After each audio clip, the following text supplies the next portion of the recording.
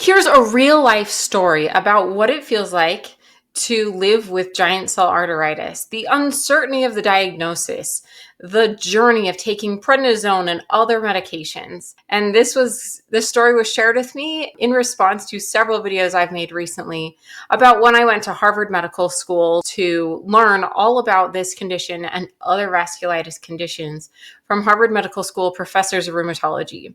And so she shared this story, and I thought it was too good not to share with you because, like she says at the end, people don't understand this disease. So I wanted to share a real life story so you can have a little bit of understanding about what giant cell arteritis is, whether that's you getting diagnosed with it or a family member or another medical professional like me. This is what GCA is like. So she said, "Dear Dr. Megan, I was diagnosed with giant cell arteritis, or GCA, in August 2021, which started 5 months earlier with a never-before abrupt headache and light-sensitive eyes. I made an appointment with my doctor who gave me an antibiotic, which is like taking a placebo. From April until August 2021, other doctors, an ENT, eye surgeon, nurse practitioners, and one physician assistant, with the only physician assistant who ordered a head scan, prescribed head pain medication, and a neurologist appointment, did I get little relief, though I remained persistent for help. The eye problem persisted until August 2021. Third trip to the eye surgeon, he diagnosed me with giant cell arteritis. He sent me directly to the hospital with instructions: pump her with steroids. The treatment, IV, hundreds of milligrams of prednisone. Hospitalized for 3 or 4 days. Dismissed 2021 August, and with a prescription for prednisone, 120 milligrams for 7 days. And then 100 milligrams for 7 days. Then the rheumatoid doctor called me by referral to continue the tapering process. He sees me every 3 months, checks, asks questions, and takes blood work and a urine specimen. If the blood work is good, he tapers. Actemra. My doctor added about 1 year later. 1 injection weekly. This is to help get off the prednisone. Today, in 2025, he has tapered me down to 1 milligram daily plus 1 Actemra weekly. I have small moon face and I look pregnant. So that was the first video. And then she watched my latest video about how prednisone fails most women with GCA. And she said, "Dr. Megan, this is a continuation from yesterday because of today's YouTube. I wish a doctor or nurse practitioner had told me in April 2021 or done something to refer me to a rheumatoid specialist. By my August 2021 diagnosis, I had lost my right eye, though it has made some improvement without true sight. My left eye was saved by the grace of God." In the hospital, the vascular surgeon, neurologist, eye surgeon, and hospital doctors gathered together to discuss my situation. After debate, conclusion was both temporal biopsies. So it looks like they did both sides for her. Other things included temporal biopsy results that was positive in both, even though they had already started heavy dose IV prednisone. MRIs, many which I can't name, a spinal tap. And she said, "I believe my right eye will be restored." As stated previously, the physician assistant in 2021 June, July arranged a neurologist appointment with the earliest date in 2021 December. Nonetheless, I continued to make appointments and seeing mostly nurse practitioners who gave me antibiotic prescriptions, which were a placebo. Never did I think about going to the emergency room. After all, medical teams were seeing me, but none suggested emergency room. My wonderful rheumatoid doctor told me he sees many people with GCA, although not many know about it. This town is the medical college of a state.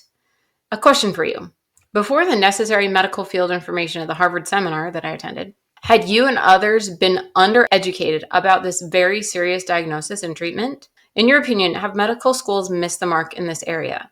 I am thankful you are speaking out. I am thankful that somehow your prednisone YouTube reached me. God works in mysterious ways. Thank you, Barbara. Okay, so several comments I have about her story. And I want to answer her question first. And that is, had you and others been undereducated about this very serious diagnosis and treatment? Yes, completely. I never heard of giant cell arteritis. I never heard of arteritis. I never heard of vasculitis. I never heard of polymyalgia rheumatica, PMR. None of those words entered my Doctor of Pharmacy curriculum ever. And that is a tragedy because GCA is vision threatening. PMR is the second most common rheumatoid disease. Like, these should be taught. And I think I might know why that medical schools missed the mark in this area.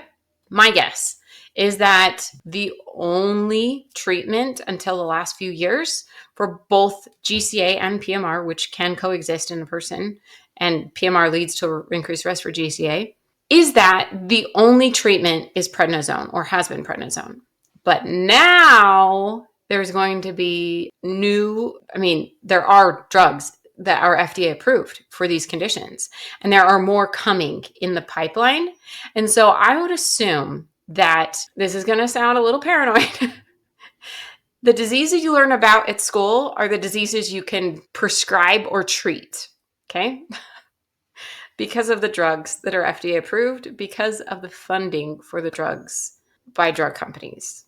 So I think there's a direct line between drug company and medical school curriculum. I don't think it's blurry. I think there's a very direct line because the doctors need to prescribe the drugs for diseases they've heard of, right? They need to be able to figure them out. And if it's a drug company that has lots of funding, they're going to be funding the professors, right? And so for these specific diseases, PMR and GCA, there was no treatment beside prednisone, which was just pennies, and there was no drug company funding research. But now there is. Now there are these very expensive treatments, thousands of dollars, tens of thousands of dollars for these treatments. And the research is being done by the most premier rheumatologists in the world. And so I would expect that there probably will be more training for physicians, at least those who specialize in rheumatology. But like you point out, Barbara, the rheumatoid doctors shouldn't be the only people who know this. The eye doctors, the emergency doctors, the primary care doctors, they should all be able to recognize this disease because it is so vision threatening. Like, you've lost your right eye. That's horrible. And so that's my first comment is, yes, we are undereducated about this. I know I didn't learn about this in pharmacy school, and I doubt 5 or 10 years ago they learned about this in medical school, but I bet in the next 5 or 10 years, it somehow makes its way into medical school and pharmacy school curriculums because now there are drugs to treat it. Like in the past, we learned about this class of drugs when we learned about rheumatoid arthritis, and they're like, oh, and it can be used for this and this and this and this and this. But this didn't exist when I was in school and until very, very recently. And so I'm sure at the very least, they're going to be mentioned, right? Like there's going to be and there's GCA and PMR, and they'll be like, what are those 3-letter acronyms TLAs stand for? And then some student will be like, what is that? And then they might get more education and more education. But I totally agree that there was not enough recognition. And the antibiotics, like you said, are placebo, worthless. All they're doing is damaging your gut.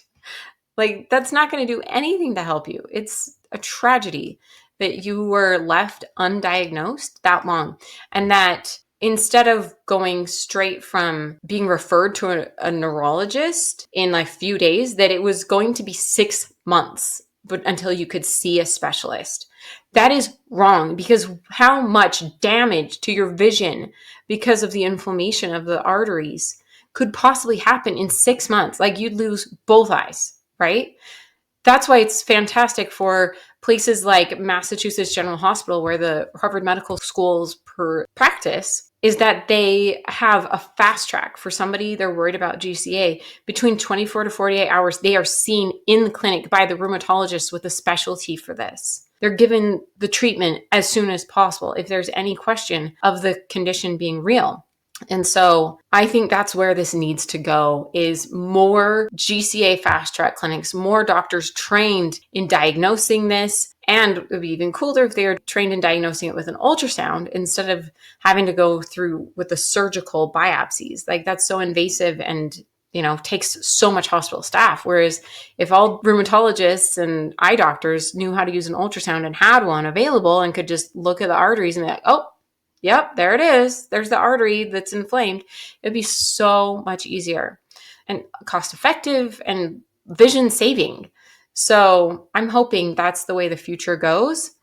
And I'd love to help anybody who's trying to get the word out about these diseases, because like we need to get the word out. There's no reason this should happen again, where you lose your right eye because of so much lack of education. So sad. Oh, Actemra. Yes. I'm so glad to hear that Actemra is working for you to finally get off of prednisone.